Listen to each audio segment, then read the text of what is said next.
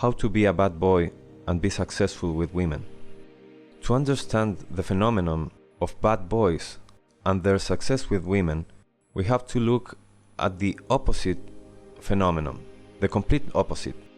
What would a man that is the opposite of a bad boy do in front of a woman he likes? He will try to please her.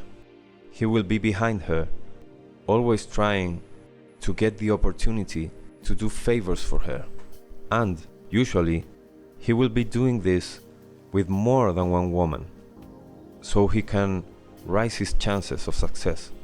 A woman will see this and will recognize that he is desperate. He has no options. He is trying with all he has, with multiple women, to get the attention of someone. And that is the complete opposite of what attracts a woman. A woman is attracted to a man that knows his worth, that has options, that doesn't have or doesn't feel he has to be behind the woman he likes to please her, so he can get her.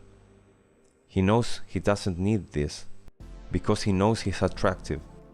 If he has women that are attracted to him, he doesn't need to chase anyone, and women notice this. If you're chasing her, she will know that no one is chasing you, and that is not attractive to a woman.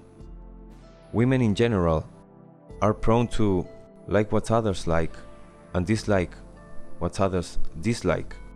You have seen this. If a man has a group of girls chasing him, other girls will start to chase him too. They see that other women are seeing his value as a man. These other women know something that maybe she doesn't know yet. They know he's attractive. For any reason, she will see this and she will feel compelled to see what's going on with that man. Now, it's not necessary that she sees other women chasing you. It's enough with your attitude towards her. If you act as if there were other women chasing you, or at least if you don't act chasing her, she will perceive that you're not desperate, that you don't feel the need to chase her, and she will relate this to the most probable cause, which is that there are other women interested in you. When we think of a bad boy, we think of someone who doesn't pay attention to his girl and even mistreats her. So let's talk about the origin of a bad boy. Bad boys are formed in adolescence. In adolescence, every human being wants to start to get rid of authority, mostly our parents. Our parents have been always an authority that we have to obey, and in the road to become an adult, we want to reject that. We want to be free. We want to be independent. We want to make our own choices.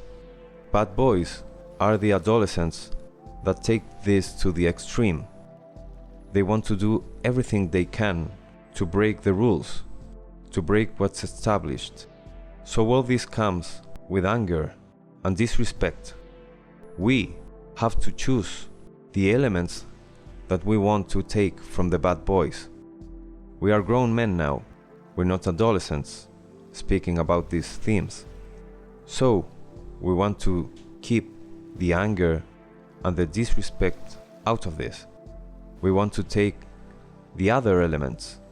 And the main thing here is wanting to do what you want, no matter what the rest is telling you to do. That is the attractive part of a bad boy to a woman, not the anger, not the disrespect. So, when you see a woman or a girl with a bad boy that mistreats her, the thing is not that she likes to be mistreated. She doesn't like to be disrespected. The thing is, she likes the other aspects of the bad boy. She likes that he wants to do what he wants to do regardless of rules. She likes that he will go against authority if needed, just because he wants to do something. So, for her, being with a bad boy comes with these bad things, but she doesn't want them. She's not attracted to that, but she is attracted to the rest of him, and she wants to be with him. That's why maybe you have seen that if out in the open a man mistreats his woman, if anyone comes in to defend her, she might defend him, this bad boy that is mistreating her. That is because she sees him as a whole. Everything, the good and the bad, are part of him, and she wants to be with him, and she wants to be by his side. So we can take the positive things of being a bad boy and adopt that, leaving out the bad side of the bad boy. There are two sides of this: how you behave with the world and how you behave with her. Regarding how you behave with the world, what we can take from the bad boy is doing the things that we want to do, regardless of what anyone else says, and also doing those things the way we want to do it, even if it's not like they are usually done. If you want to do something a certain way, and that's not what's traditional, how it's traditionally done, just go and do it however you want. This kind of attitude will be noticed by the ones around you, and among those around you, there will be women, and they will notice that. They will feel the self-confidence you have to go against the current and do things the way you want to, instead of doing whatever everyone else is doing. This can also happen in a conversation. If you're in a conversation with other people and there's a clear consensus on the opinion about certain subject and you do not agree, say it. It's not necessary that you fight or argue with everyone else. Just state what's your opinion, what's your view on the subject. And even if the girl that you like thinks what everyone else thinks, she will see that you're not afraid of speaking your mind. And on top of that, you're not trying to create conflict. You're just speaking out, being a part of the conversation, participating without lying about what you really think. You don't feel the need to lie to be accepted as a part of the group that is having this conversation.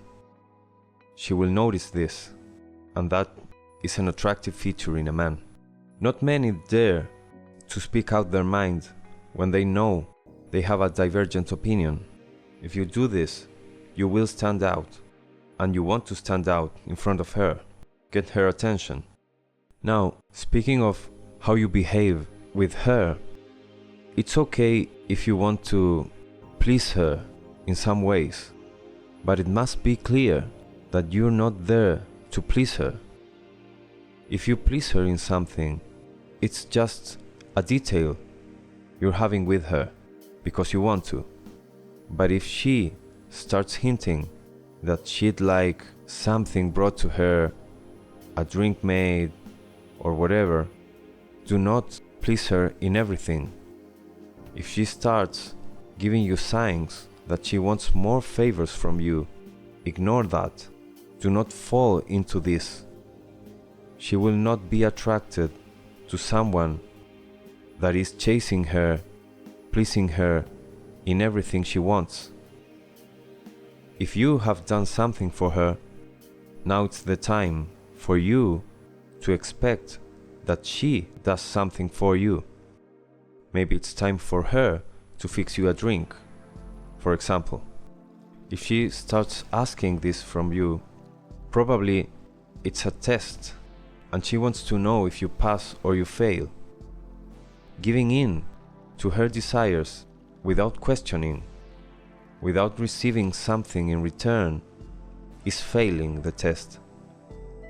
The way to pass the test is to prove her that you are not desperate for her attention, that you are not a servant. So, if she's asking too much for too many things, tell her no. You can do so in a joking manner. Maybe, instead of saying no, you could say, "Why don't you do that for me this time?" Be playful about it. You don't want the situation to turn hostile or anything like that. It's not necessary. She's not trying to harm you or demean you. She's testing you. A woman will always feel more attracted to someone that tells her no over someone that tells her yes.